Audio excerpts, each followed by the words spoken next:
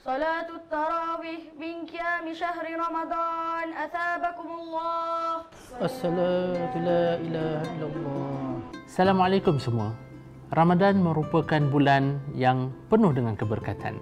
Mungkin tahun ini Ramadan agak berbeza sebab kita mungkin tidak dapat melakukan ibadah seperti biasa. Dan antara ibadah yang mungkin kita tidak dapat lakukan seperti biasa adalah tarawih di masjid. 3 perkara. Pertama, tarawih akan memastikan bahawa kita mendapatkan pengampunan untuk segala dosa yang telah lalu. Kedua, tarawih juga bertujuan untuk dapat menyempurnakan segala kekurangan yang mungkin ada pada solat-solat kita sebelum ini. Dan yang ketiga, apabila kita melakukan solat tarawih bersama imam dalam jemaah, maka bagi kita pahala seolah-olah kita solat sepanjang malam. Mungkin ada yang tanya, Ustaz, kalau sebelum ni saya biasanya ustaz yang jadi imam, saya tak biasa jadi imam ustaz, sama ke tidak lagi solat saya di rumah dengan solat saya di masjid? Nah, ini akan kita bincangkan secara lanjut lagi. Dayan? Ya, Mami. Kita pergi solat, panggil semua. Okey, Mami. Biasanya kalau semua ada di rumah, kita akan solat jemaah bersama-sama.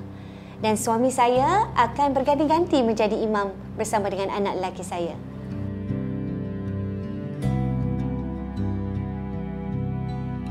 Syarat pertama adalah yang penting dah baligh. Nah, kalau ada anak lelaki yang sudah baligh, maka dia boleh menjadi imam untuk keluarga.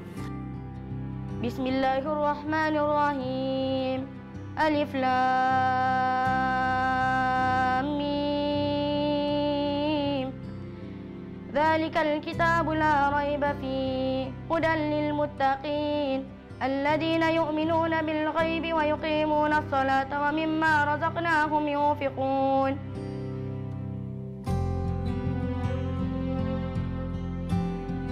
Dan kalau tidak ada juga kebetulan hanya ada ibu dan juga anak-anak perempuan yang ada di rumah, maka mereka boleh solat jemaah tetap, yang mana ibu boleh menjadi imam kepada anak-anak perempuan di rumah. Mami, sejadah letak macam mana? Okey, ini sejadah untuk imam, untuk papa kita letak depan. Okey, Abang Dayan kat sini.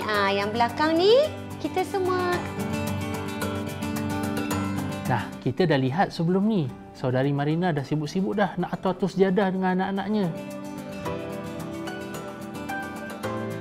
Saranan saya pertama demikian. Kalau suami dan isteri solat bersama, kalau ada tempat, maka suami di hadapan, isteri betul-betul di belakang suaminya.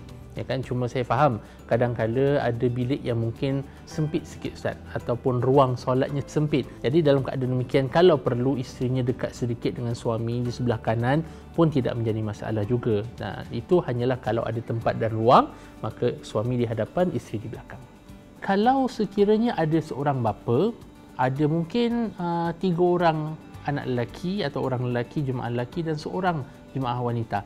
Lelaki atau imamnya di hadapan, kemudian di belakangnya adalah 3 jemaah ataupun makmum lelaki. Kemudian makmum wanita boleh berdiri betul-betul di belakang jemaah yang tengah-tengah selari dengan imam, supaya sama seperti kalau orang yang solat di hadapan, lelaki di belakang perempuan. Tapi kalau ada 3 ataupun lebih orang perempuan, maka mereka berdiri hampir sama row straight, cuma saja imam berdiri di tengah-tengah, keluar ke hadapan sedikit saja. Kerana wanita beza sedikit solat jemaahnya, apabila dia menjadi imam, dia tidak perlu terlalu jauh seperti lelaki, dia keluar sedikit saja daripada line yang sama dengan jemaah ataupun makmum wanita yang lain. Jadi semua dah siap dah tadi, nak get ready, nak solat dah. Mula dengan qul huwallahu ahad, diikuti oleh sama ada qul a'udzu birabbil falaq atau qul a'udzu birabbin nas. Dan kalau kita nak ulang pada rakaat yang kedua sama boleh, silakan. Pada 2 rakaat seterusnya boleh diulang-ulang, tidak menjadi masalah selagi mana dia sebahagian daripada Al-Quran. Allahu Akbar, asyhadu an la ilaha illallah, asyhadu anna Muhammadar Rasulullah, hayya 'alas shalah, hayya 'alal falah, qad qamatis salatu, qad qamatis salah. Allahu Akbar, la ilaha illallah. صلاة التراويح من قيام شهر رمضان أثابكم الله. الصلاة لا إله إلا الله. الله أكبر. غير المغضوب عليهم ولا الضالين. آمين. بسم الله الرحمن الرحيم. قل هو الله أحد الله الصمد لم يلد ولم يولد ولم يكن له كفوا أحد.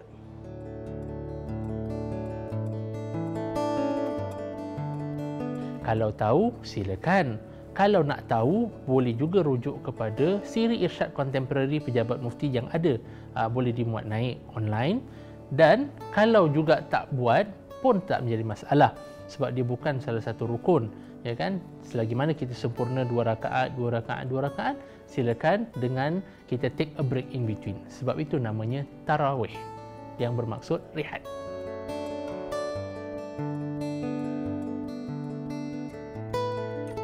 Assalamualaikum warahmatullahi. Assalamualaikum warahmatullahi.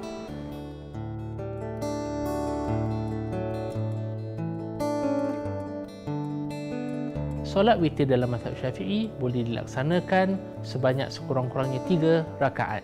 Dan cara kita lakukannya adalah 2 rakaat 1 salam diikuti oleh 1 rakaat 1 salam. Dan pada rakaat yang terakhir atau rakaat yang ketiga, kita boleh membaca qunut seperti mana kita baca pada qunut subuh pada 15 Ramadan ke atas hinggalah akhir Ramadan. Kalau sekiranya kita tak dapat nak habiskan ataupun nak laksanakan solat witir selepas solat tarawih, serta-merta kita boleh tangguhkan sehinggalah sebelum waktu subuh nanti, kerana solat witir adalah solat penutup bagi hari tersebut. Kalau di hari-hari biasa, waktu maghrib tu, isyak tu adalah satu waktu yang sangat berharga untuk kita. Selepas solat jemaah tu, kita akan mengaji bersama hinggalah masuk isyak kita jemaah. Jadi ini dah jadi seperti rutin harian. Sebagaimana kalau anak-anak mengulang kaji pelajaran setiap malam, itu begitu jugalah rutin kita berjemaah dan mengaji. Jadi mereka akan merasakan ini satu rutin lifestyle untuk mereka. Dan saya rasa bertepatan di mana sekarang ni kita digalakkan untuk duduk di rumah. Jadi kita bawa amalan kita di masjid semua di rumah. Dan saya rasa rumah kita ni adalah sebenarnya masjid kita, ya, di mana kita bersolat tarawih bersama keluarga, dan ia lebih mengeratkan silaturahim dan juga ukhuwah kita suami isteri dan bersama anak-anak. Bila dulu mula-mula kita nak lakukan ni pun macam rasa agak kekok. Boleh ke? Macam mana ke? Betul ke? Ada macam-macam cara ke? Kadang-kadang tak tahu pun tanya isteri, tanya anak-anak, dan kita terus memperhalusi cara kita solat bersendirian dan juga berjemaah bersama keluarga. Kita terus melakukannya sampailah sekarang. Abang-abang, kakak-kakak dan adik-adik sekalian, Ramadan mungkin masjid-masjid kita masih tutup, tapi pintu rahmat Allah tidak tertutup. Pintu syurga Allah tidak tertutup. Kalau mungkin kita tidak boleh ke masjid, maka kita bawalah masjid ke rumah kita. Bawalah keberkatan ke rumah kita supaya dapat kita hidupkan dan kita cahayakan rumah kita Ramadan kali ini dengan keberkatan amalan tarawih berjamaah dan amalan-amalan yang lain yang boleh kita lakukan bersama.